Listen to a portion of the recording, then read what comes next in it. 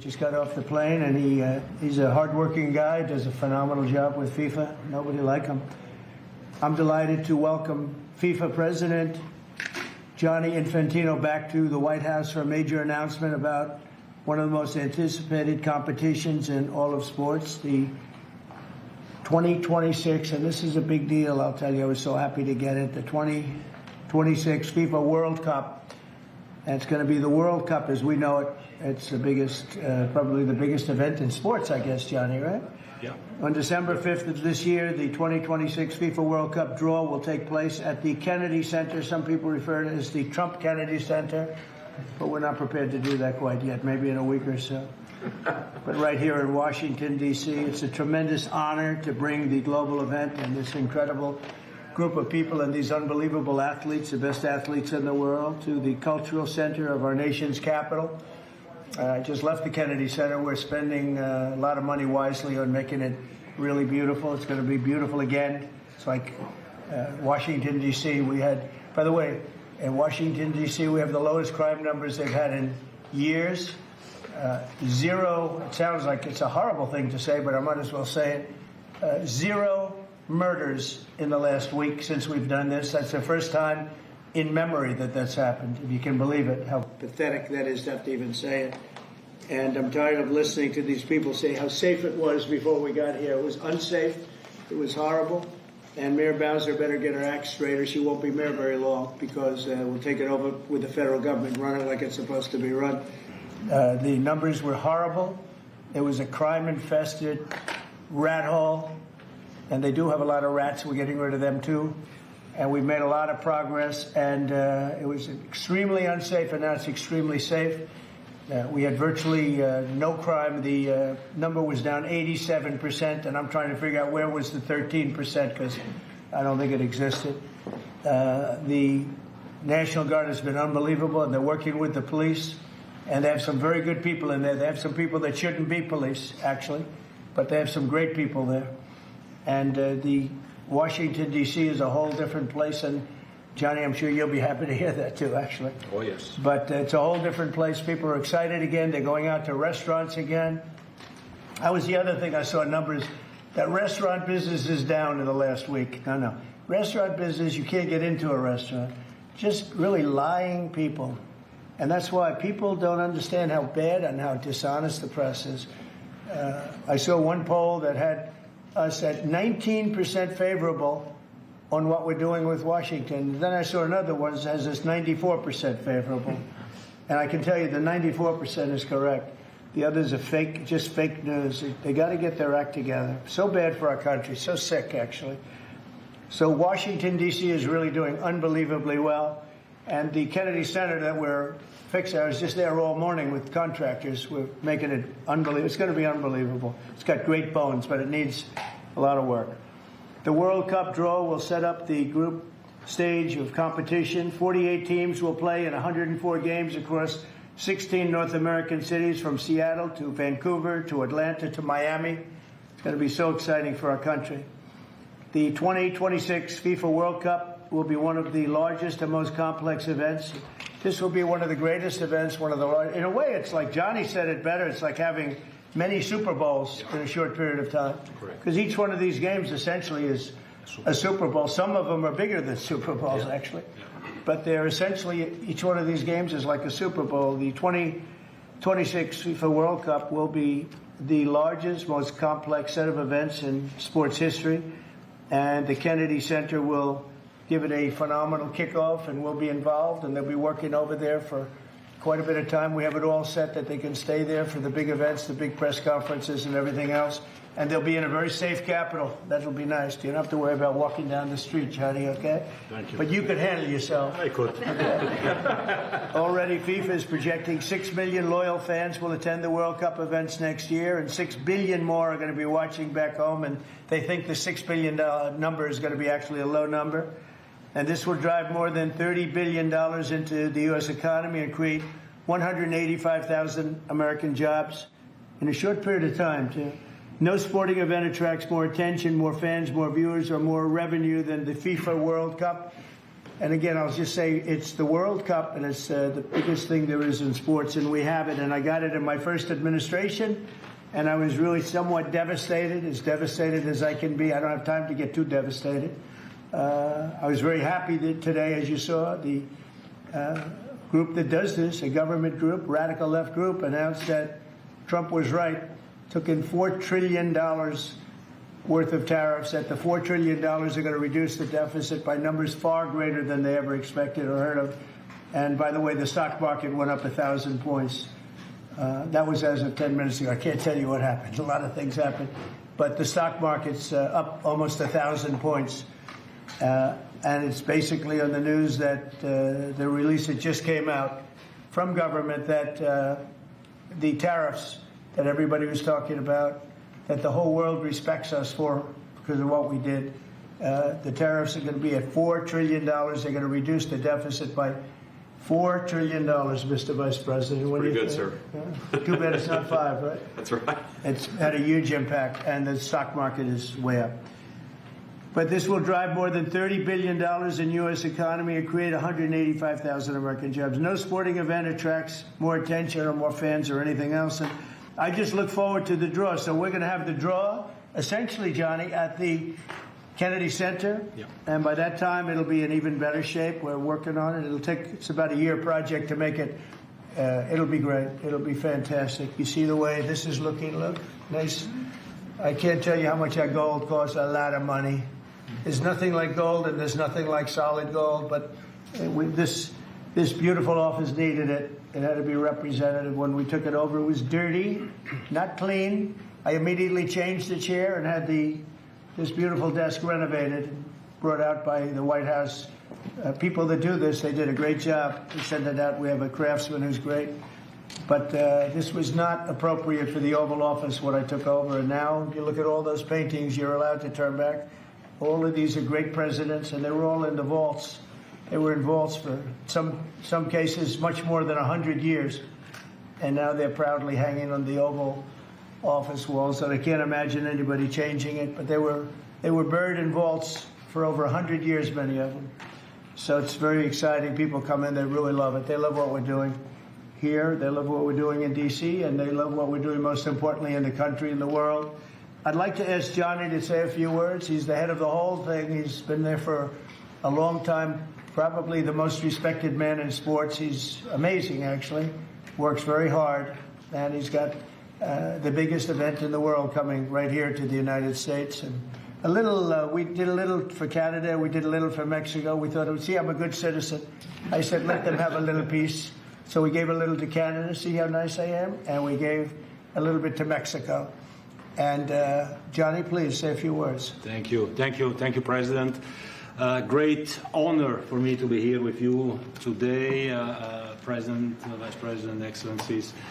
Fantastic to announce what you said, which is the final draw of the FIFA World Cup on the 5th of December here in the capital, in the Kennedy Center in Washington, D.C. at 12 noon sharp. It will be broadcast live all over the world. 1 billion viewers will watch it.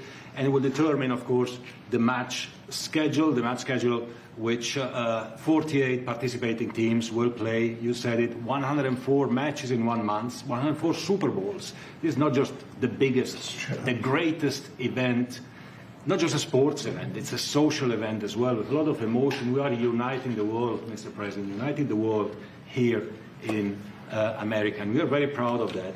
And those teams, those national teams who will come here to participate in this draw with their coaches, with their presidents, they will all be proud to be part of writing this history. And that's why we brought as well this, which is the winner's trophy. It is the trophy that the winner of the FIFA World Cup wins. Only the FIFA president, presidents of countries, and then those who win can touch it, because it's for winners only. And since you are a winner, of course, you can as well touch it. It's pretty heavy. Yeah. It's the winner trophy. The last one who lifted that is Lionel Messi of Argentina. And here it is in the Oval Office in the White House. Can I keep it? For you? Well, you can keep it until the World Cup. We're not giving it back. That's serious. It fits well It here. goes very well on the wall right over there. We'll put it right below the angel. It fits well here, I think. That's beautiful, yeah. You can keep it until we have to give it to the next winner. That's fine. That's a beautiful piece of gold, I will say. Absolutely. That's beautiful. Yeah. So 6 billion viewers for the World Cup, 6 million coming to the matches, 30 billion economic impact, 185,000 jobs. This will be absolutely fantastic. The biggest event ever, and everything will start here in Washington D.C. at the Kennedy Center, or the Trump Kennedy Center. We'll see that how it will be called on the 5th of September at noon sharp. 5th of December, noon sharp. Then, if I may... Will they be doing most of the draws, all of the draws at the Kennedy? Well, how are you going to do that? Yes, we'll do that at the Kennedy Center. We'll do all the other meetings around it with the coaches, with the broadcasters, with the sponsors, everything at the Kennedy Center. The whole World Cup starts, and everyone will be happy because everyone has qualified for the World Cup, and they didn't yet play a game, so they didn't lose yet a game. So they all think they can become world champion, right? They'll all be happy. Exactly. Now, by the way, an example, supposing we had a week ago when everybody was being killed and mugged and everything else, despite the phony numbers that were given out, that it was getting better. Brian, do you believe it was getting better or getting worse? Oh, the crime was getting worse. I mean, I was robbed. It was getting way worse. Yeah. How did the other guy come out? Well, he came out with a briefcase, Yeah, unfortunately. with you. Robert 1, Brian 0. Now, but can you imagine you do this and then you start hearing that they had a 20-year reduction of crime. It's worse. It was worse during the Biden administration than anybody's ever imagined possible. And I guarantee you he wouldn't be here if those numbers continued. But now we have total safety. We have total security. And for the border, in 3 months, 0 people. These are done by liberal people that do these charts. 0 people came through our border in the last 90 days. Can you believe it? 0. Last year we had millions of people coming in, and they came in from the wrong locations. They came in a lot of people that shouldn't be here. So now when we have this event in December, it's going to be very safe. Johnny, you can walk down the street with your beautiful wife. yeah, You can take her to dinner if you can get a reservation, which I doubt. they are all full, the restaurants. I know. They're all full. I heard that too. The restaurants aren't good. The restaurants, since we are doing this, are doing great. And many new restaurants are going to open because, as you know, many closed. Many restaurants closed because the crime was so bad. This will be one of the safest places anywhere on earth. So, I really am honored that the National Guard has done such an incredible job working with the police. And we haven't had to bring in the regular military, which we're willing to do. We have to. And after we do this, we'll go to another location and we'll make it safe also. We're going to make our country very safe. We're going to make our cities very, very safe. Chicago's a mess. You have an incompetent mayor, grossly incompetent. And we'll straighten that one out probably next. That'll be our next one after this. And it won't even be tough. And the people in Chicago, Mr. Vice President, are screaming for us to come. They're wearing red hats, just like this one. But they're wearing red hats. African-American ladies, beautiful ladies, are saying, please, President Trump, come to Chicago. Please.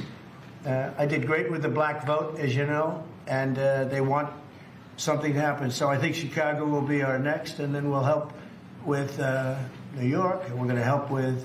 And I think a lot of these people that you see on television, they are, including the people in this audience, they'll say bad things about me, and then they'll say, thank God he's here, because half of them got mugged, and they don't want to get mugged again. But they work for stupid people that are radical left, and they're made to do things and say things that they don't want to be saying. But the people right here are all happy because you're not going to be mugged in Washington, D.C. anymore. I just want to say Johnny's been my friend for a long time. He's an incredible guy, and we will lay out the red carpet. Andrew, you're going to be fantastic. Rick is going to be everything Rick ever touched has always worked out, and he's working with me on the Kennedy Center.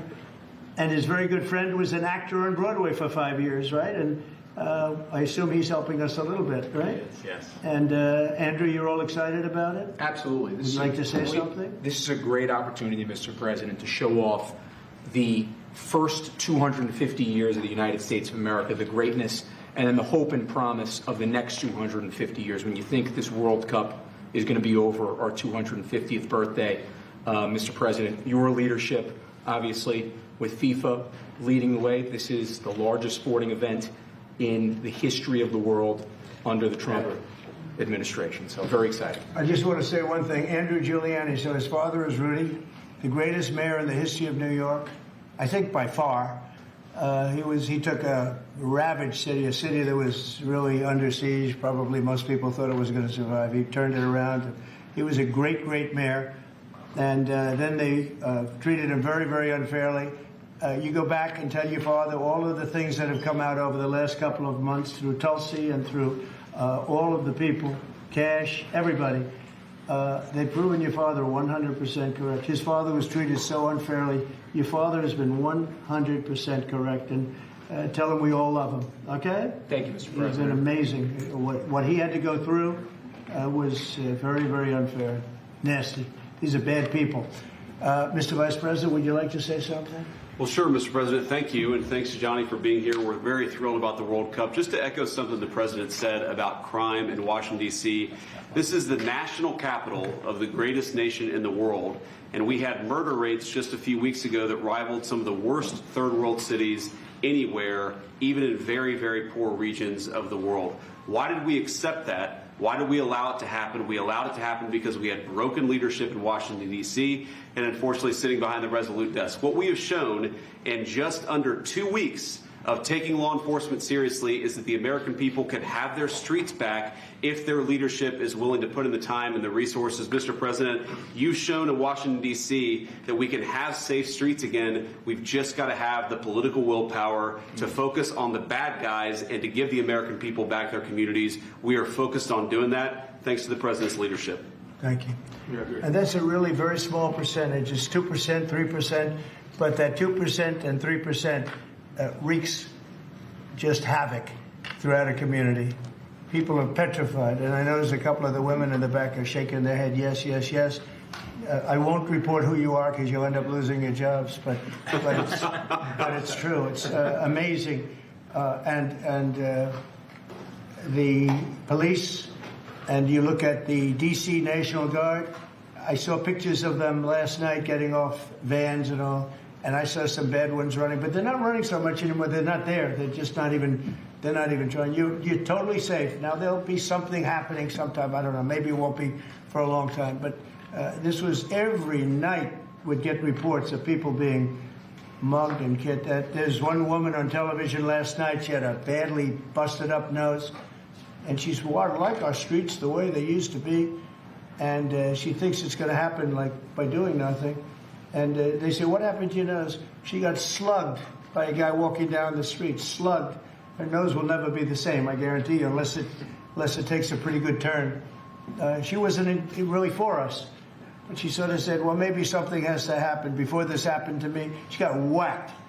And I don't think she'll ever be the same.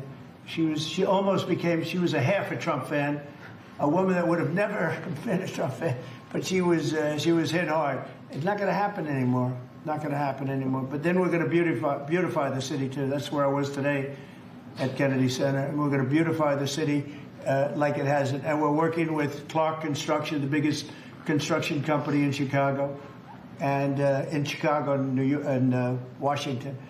And the head of Clark is great. He's all over the world, actually. But Washington, I would say, is their home. That's where they do the best work, the biggest work.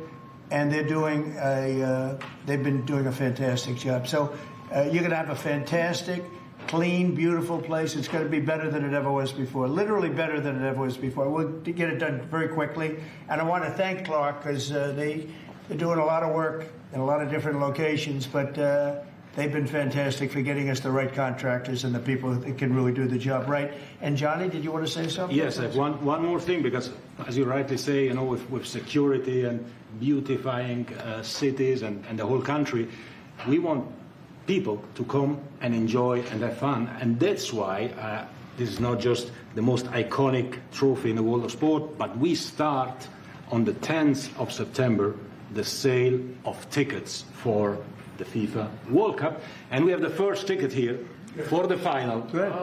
Wow. For you. Oh, good. That's cool. Wow. It's, of course, row 1, seat 1. It's ticket number 45, 47.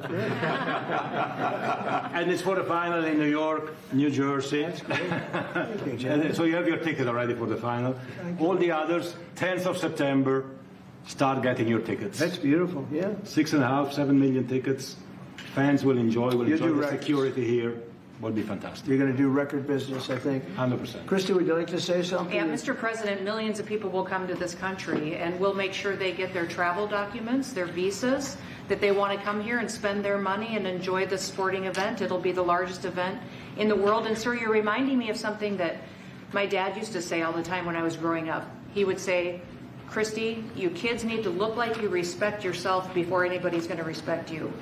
And in this country, when people look at our streets, when they look at our capital, you're bringing respect back to this city. And people will respect our country more because it's safe, it's clean, it's beautiful. And what you're doing is transforming this nation by making sure that our laws are upheld. And millions of people are going to come and be able to enjoy it next year. And I'm excited about that. Thank you for doing that. Well, our country is respected again. And a year ago, we had a dead country. I'm telling you, it was a dead country. It was a country that had lost its way. It was a country that was going to fail.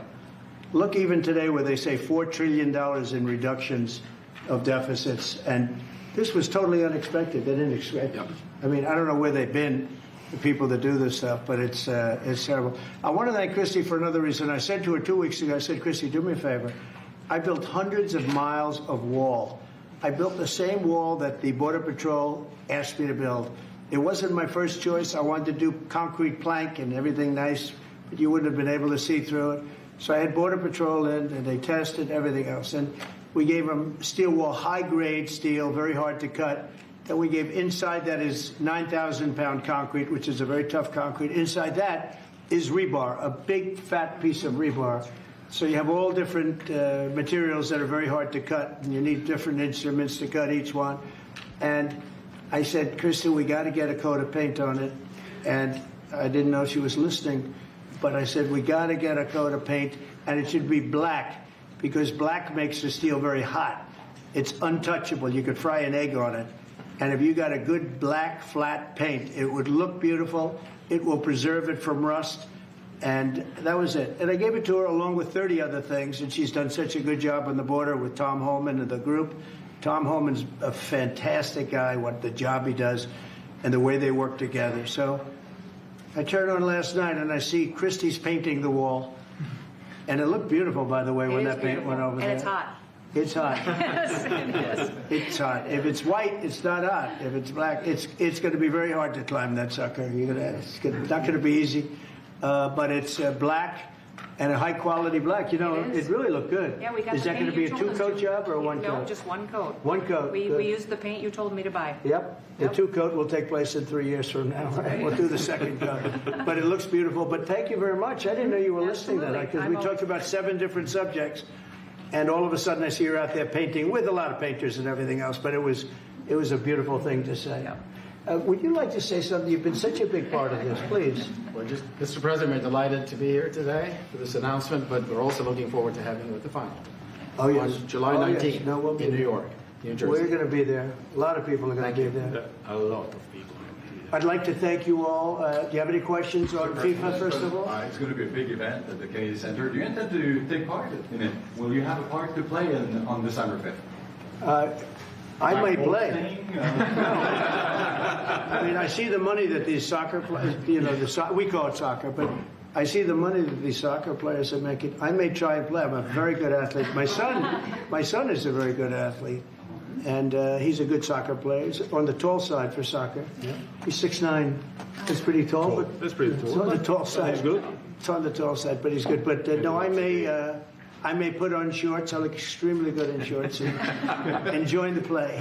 You know, no, it's going to be a lot of fun. It's going to be good. Many foreigners who want to come to attend the event are concerned about the visa situation. Can you reassure them? Yeah, they're going to have a very easy time getting in. Certain countries are going to be very, very easy, and other countries are going to be obviously a little bit more difficult. Would you like to explain that, Chris? Yeah, absolutely. We have a process set up that we'll be implementing on getting visas approved. Everybody will be thoroughly vetted, but they'll be welcome to this country. It'll happen quickly, and we're excited for them to come. So I would hope that around the world people know that the United States is excited to bring their family here to enjoy this event.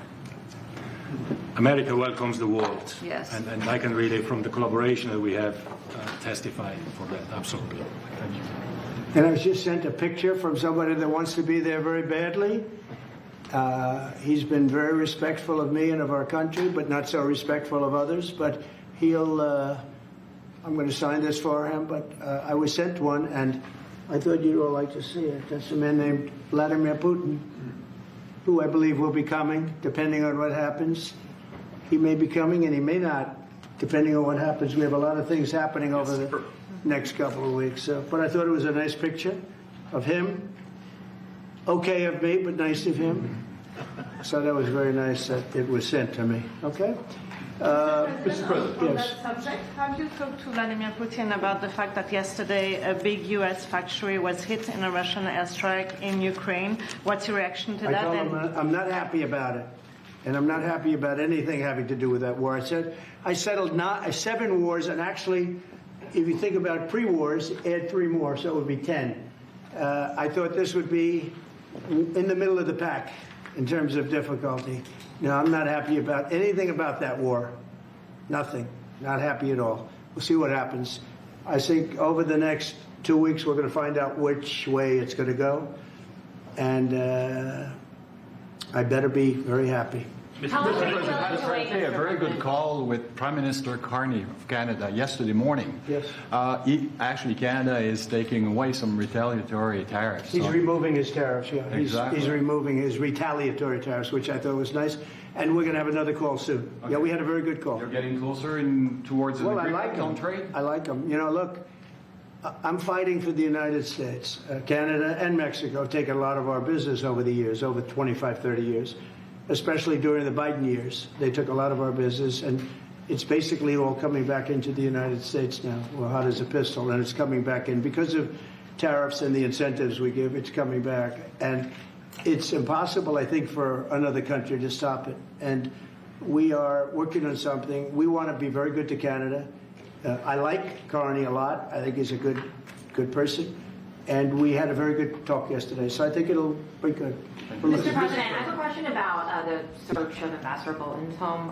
The Vice President recently just did an interview saying that it's about classified documents, but that there's also broad concern about him. What are the concerns? Well, that I you haven't have? spoken to Pam in the group yet, but I will be. I saw that just like everybody else. I try and stay out of that stuff. I'm allowed to be, and I'm chief law enforcement officer, believe it or not. You know, I don't like to go around saying that, but I am. That's the position. But I purposely don't want to really get involved in it. I'm not a fan of John Bolton. I thought he was a sleazebag, actually.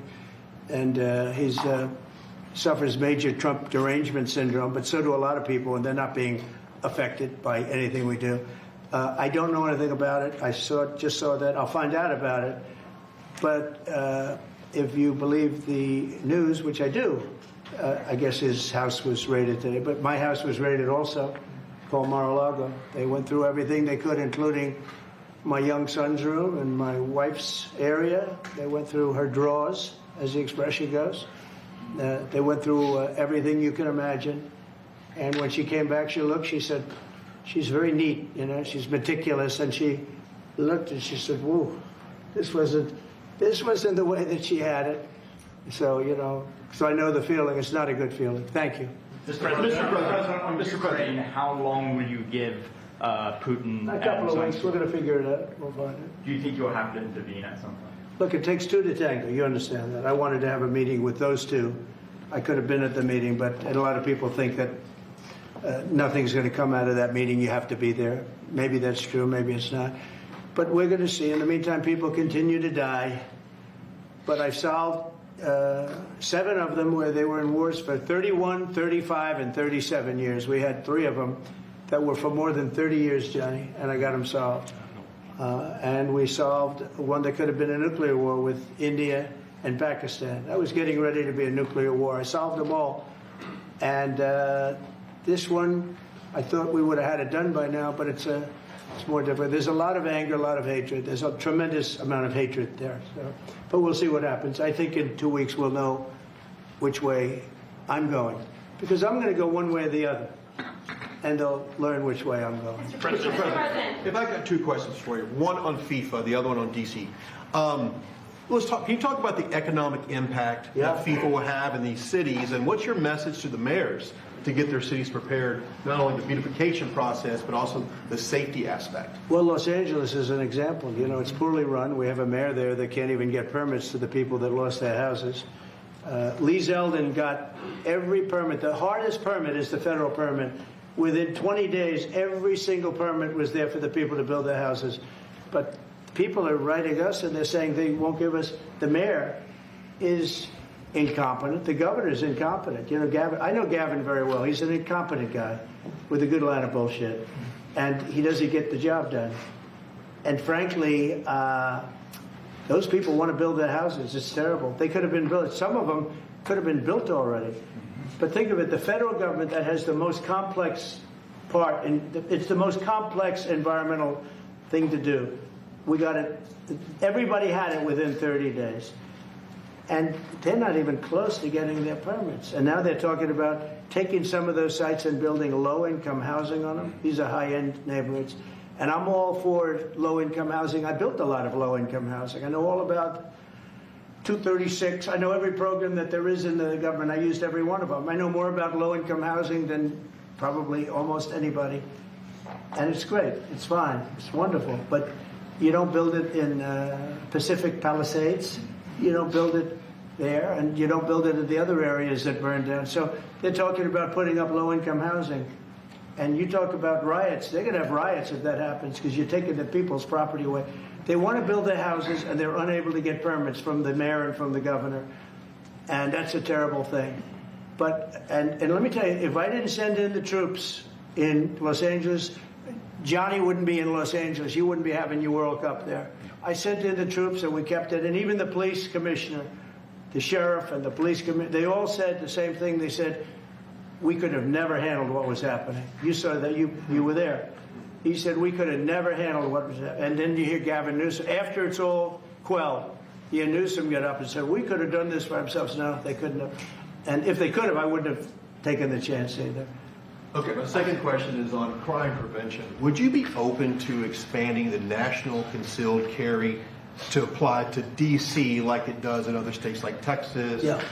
Well, they have it in some states, and they feel strongly about it. As you know, I'm in favor of it. People have to protect themselves. I'm a Second Amendment person, very simply. People have to be able to protect themselves.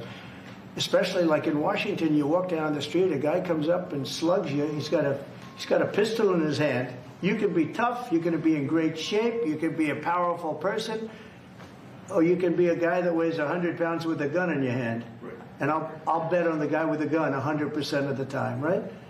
And so you need protection. So I'm a Second Amendment person all the way. Yeah, please. President Trump, you said this morning that you're working with Congress to get $2 billion to help clean up D.C. Have you had any conversations with Mike Johnson and John Thune about where they're going to get that money from? Which money? You said this morning that you're going to get $2 billion from Congress to help clean up D.C. D.C. I've spoken to Mike Johnson. I've spoken to John Thune, the Senate, the House. And I think it's going to be very easy to get. It's going to be not a lot of money. I wouldn't even know where to spend the number that you mentioned, but it's going to be money to beautify the city. Yeah, they're ready. Everybody wants to save D.C. In one way, it's the easiest. The violence was more than any other city in the country, actually, by far. It may have been more than any other city in the world, if you could think. We looked at some of the worst cities in the world. It was worse, and that's why it angers me to see the mayor saying about how they have it on the slide. Not on the slide. It was worse than ever. We have no problem getting that money. That money will come out of Congress. I think it'll be even bipartisan. And is the plan I would imagine Democrats would vote for that one. Is the plan to get it before the September 30 spending deadline on the Hill? Well, I don't know if there is a deadline, because if I declare a national emergency, which this was, that ends the deadline. So, I mean, I keep seeing about a 30-day deadline, of which we have 22 days left or something. But if I think we're in great shape here, that's one thing. But if I don't, I'm going to just say it's a national emergency. And if I have a national emergency, I can keep the troops there as long as I want. If people are not going to want to have the troops, and 30 days, you know, it's one thing to get them out. It's another thing to keep them out for a long period of time. You've got to train people. You can't do this. You can't bop people over the head. And a lot of those people are in courts right now, going to court. They're going to go to jail for a long time. So that's going to take more than 30 days.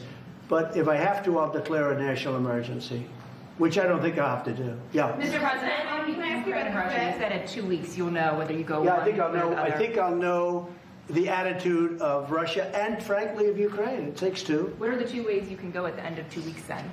Well, then I'm going to make a decision as to what we do, and it's going to be a very important decision.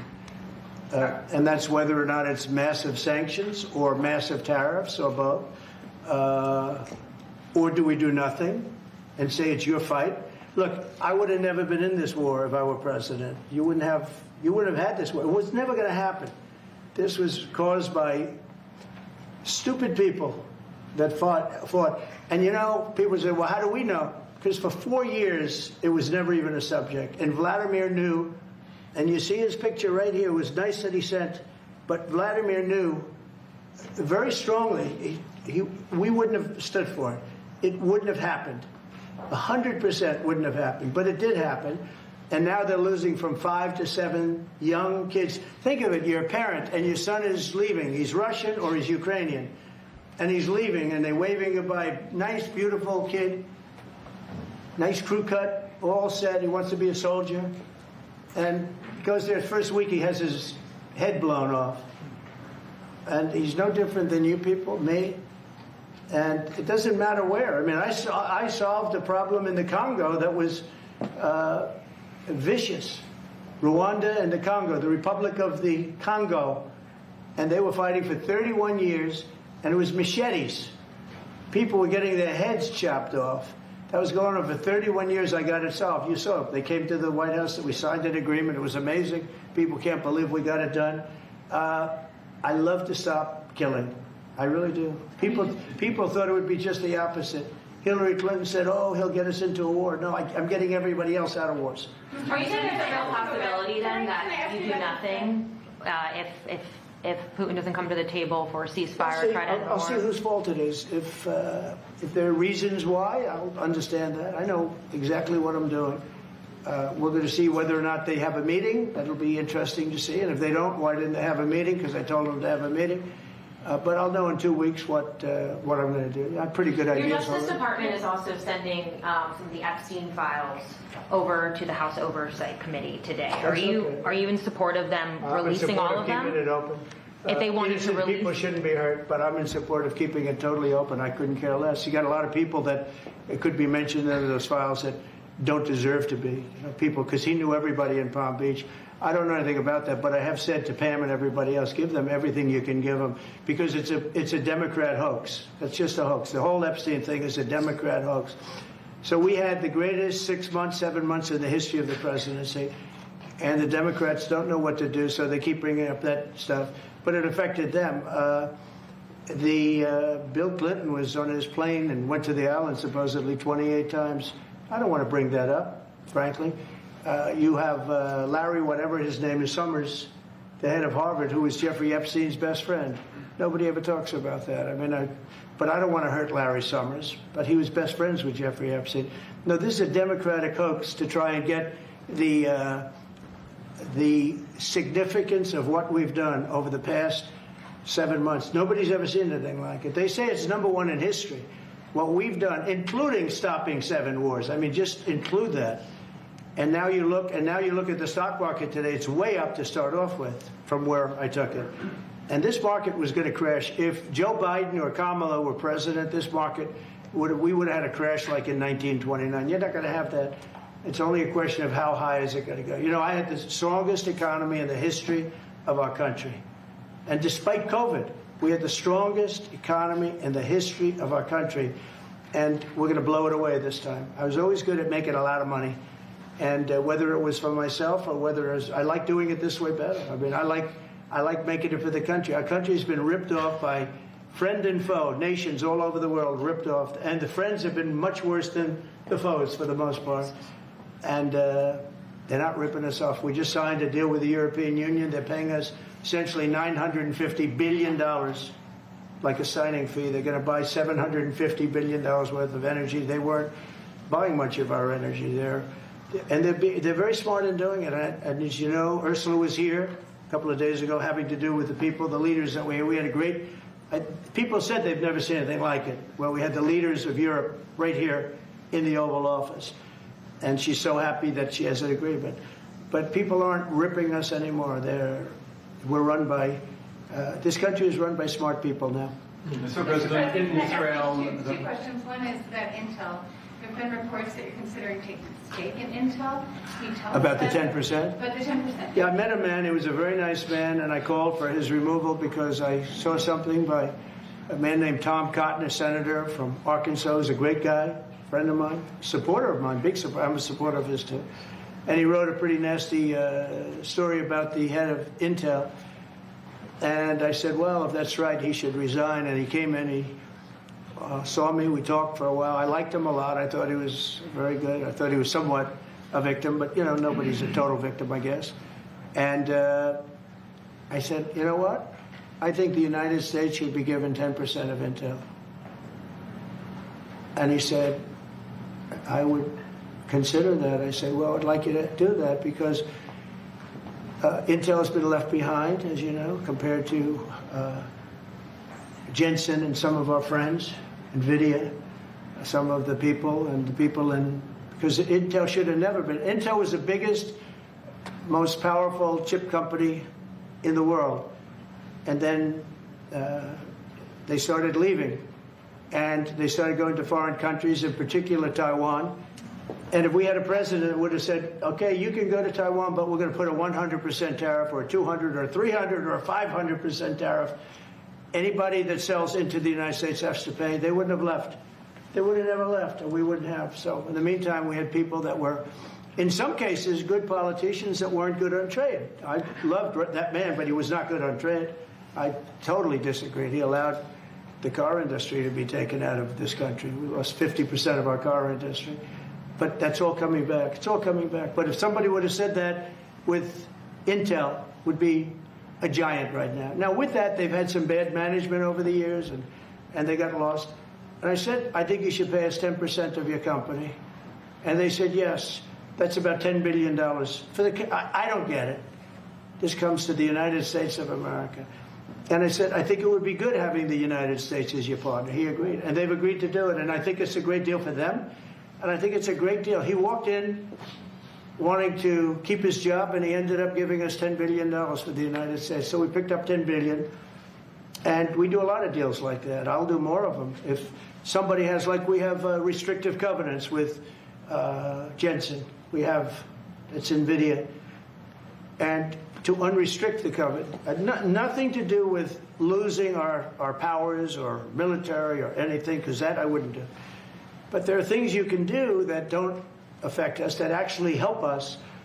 And if we're going to give somebody a free out, a restricted covenant, we have a strong restrictive covenant on certain industries.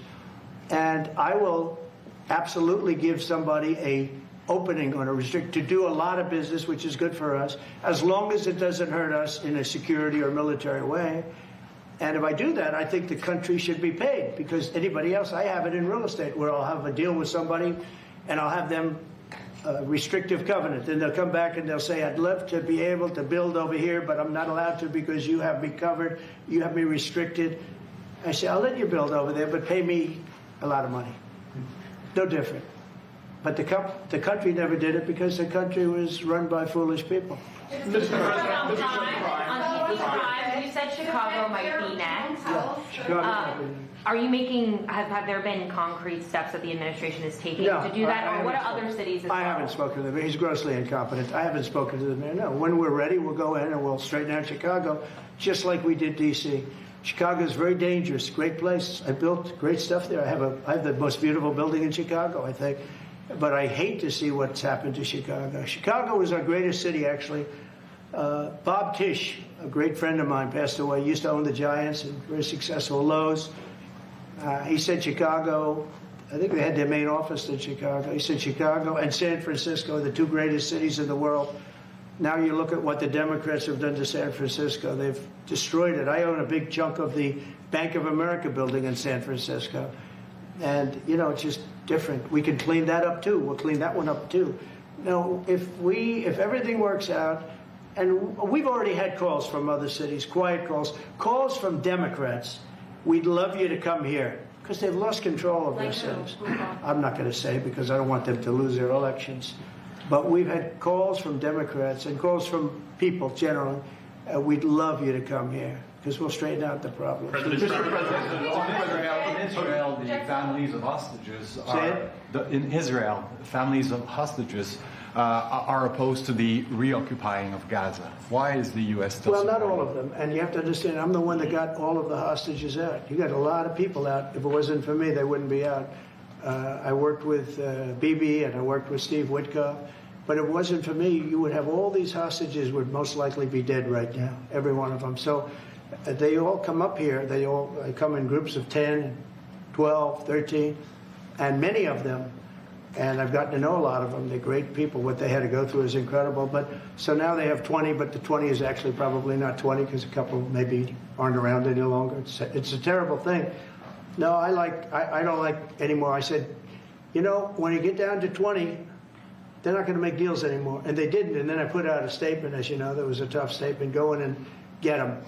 And they said, we'll give you 10, we'll give you 10. I don't know what Israel's doing, but they were willing now immediately to give us another 10. The situation has to end. It's extortion and it has to end. And we'll see what happens. I actually think they're safer in many ways if you went in and you really went in fast and you did it.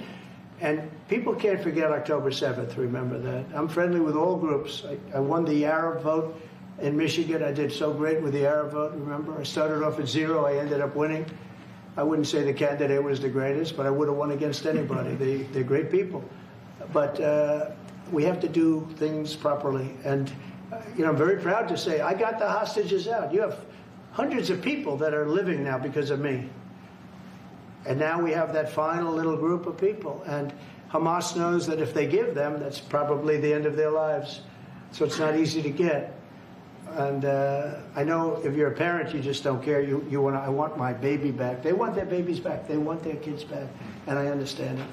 But I got them out and did a good job. And we're doing everything we can to get the hostages out. Thank you all very much. Yes? So Jackson Hole, Jay Powell today said, he suggested that they might cut interest rates, but they have to proceed. Well, we call him too late for a reason. He should have cut him a year ago.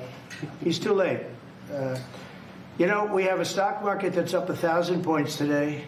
I better be careful because I go out there and I'll see it's down 1,000, right? But it's up 1,000 points when I came in here. We have a country that the market's the hottest it's ever been. The country's better than it's ever been. We have a military that I rebuilt largely in my first term. We had a great, successful first term, but this is going to be even better. But we rebuilt it. We gave a lot of it away to Afghanistan, but relatively small compared to the overall. But I think it was the most embarrassing day and period in the history of our country that they allowed those 13 wonderful people, but it's really hundreds of people were killed. And they don't talk about the 48 that was so severely wounded with no legs, no arms, nobody ever mentions them except me. But that was the worst day, the most, it just showed how incompetent. Frankly, if that didn't happen, I really believe that you might not have had the problem with Russia. I think Putin was sitting there watching these stupid people running our country and said, this is a time to invade. It's, this is a time. And then Biden made the statement, well, he can do a small incursion. When he said that, it was off to the races, right? When he said he can do a small incursion, remember that? I was surprised he knew the word incursion. I didn't think he had that good of a vocabulary. I want to thank everybody. It's very important to me and to everybody up here, the World Cup. And Johnny has been so incredible. I mean, he's really a great leader. I mean, to think, I said, Johnny, do it by phone. You don't have to come. No, he said, I'll come. And he flew all night long to be here and listen to this about how great we're doing in D.C. But he's a fantastic leader, and this will be your most successful World Cup ever. Thank you, John. Thank you so much. America win. Yeah, can we win it, Mr. President? I don't know. I watch some of those teams go right.